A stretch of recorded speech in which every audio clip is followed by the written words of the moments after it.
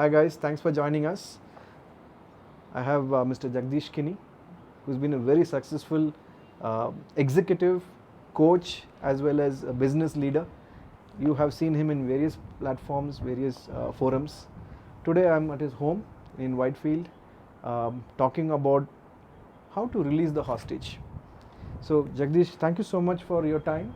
Pleasure, Bhaskar. This Pleasure is to be an with you. absolute treasure trove. I enjoyed reading this book cover to cover.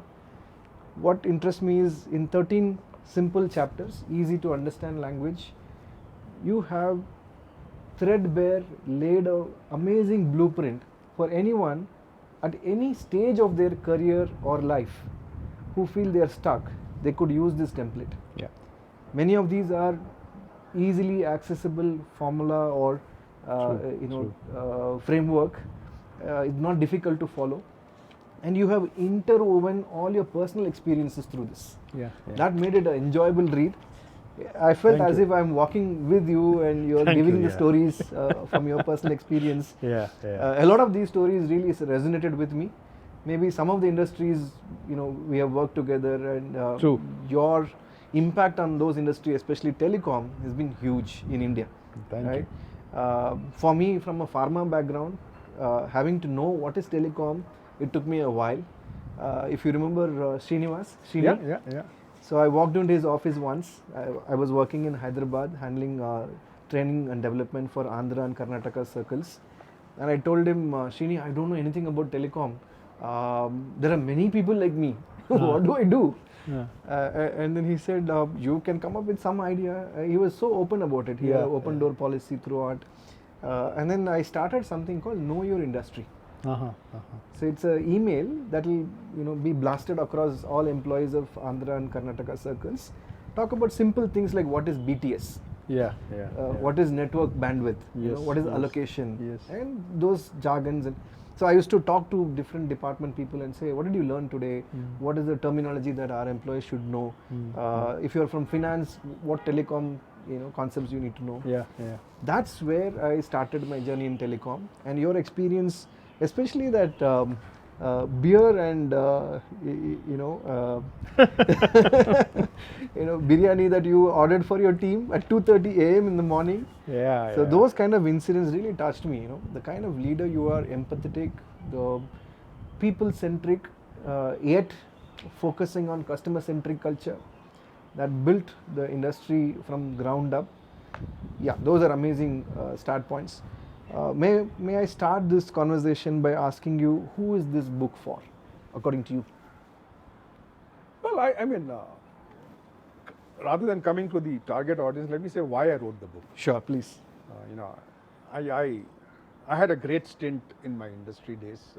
I worked there for 30 years. And then I was doing exceedingly well, even as a consultant. And then I said, I'm going back to working 13 hours a day, so I didn't want to do that. So folded up the consultancy and started focusing only on executive coaching. And I realized that coaching had become a passion. I wanted to reach a lot of people, but my span of reach was limited. Whether it was the industries that I worked in, the companies that I worked in, my consulting clients or my coaching clients, it obviously had a limited reach. And my idea was to reach far more people. And I found that writing a book was a lovely media to reach people. I also had a lot of people, when they wanted me to coach them, I said, this is the fees, and they found it expensive. At which point of time, instead of giving discounts, I generally give it pro bono.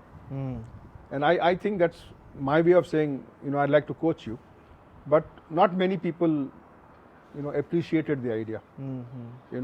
For them a discount was probably the way forward. For me it was, I don't want to upset my clients who are paying me my fees. So therefore I'll take the same kind of fees or I'll give it to you free. But against a client who's paying me, I do 12 sessions, but for free I probably would do 3 or 4 sessions. But it wasn't going down well with quite a few people. But then I said, if I have to reach people, this is one way to do it, a book. And for whom is it? Anybody and everybody who takes their life seriously enough to enjoy life. You know, I always say life should not be taken too seriously. You know, even you know, you are a coach along with me, and you know, when I meet fellow coaches, I find they take their profession far too seriously. You know, in just the last, I mean, few days ago, I was in one of the ICF chapter meetings, and everybody's saying that we are trying to do things differently and we want to change the world. And I mean, I say, how can you change the world? You can't. You know, you can only change yourself. You can't change anybody At the else. best. You know, at best you can change yourself. Yeah. But we always keep talking about changing the world, and I say, how can we do that? We can't. Don't think you are here, you know, to change the world.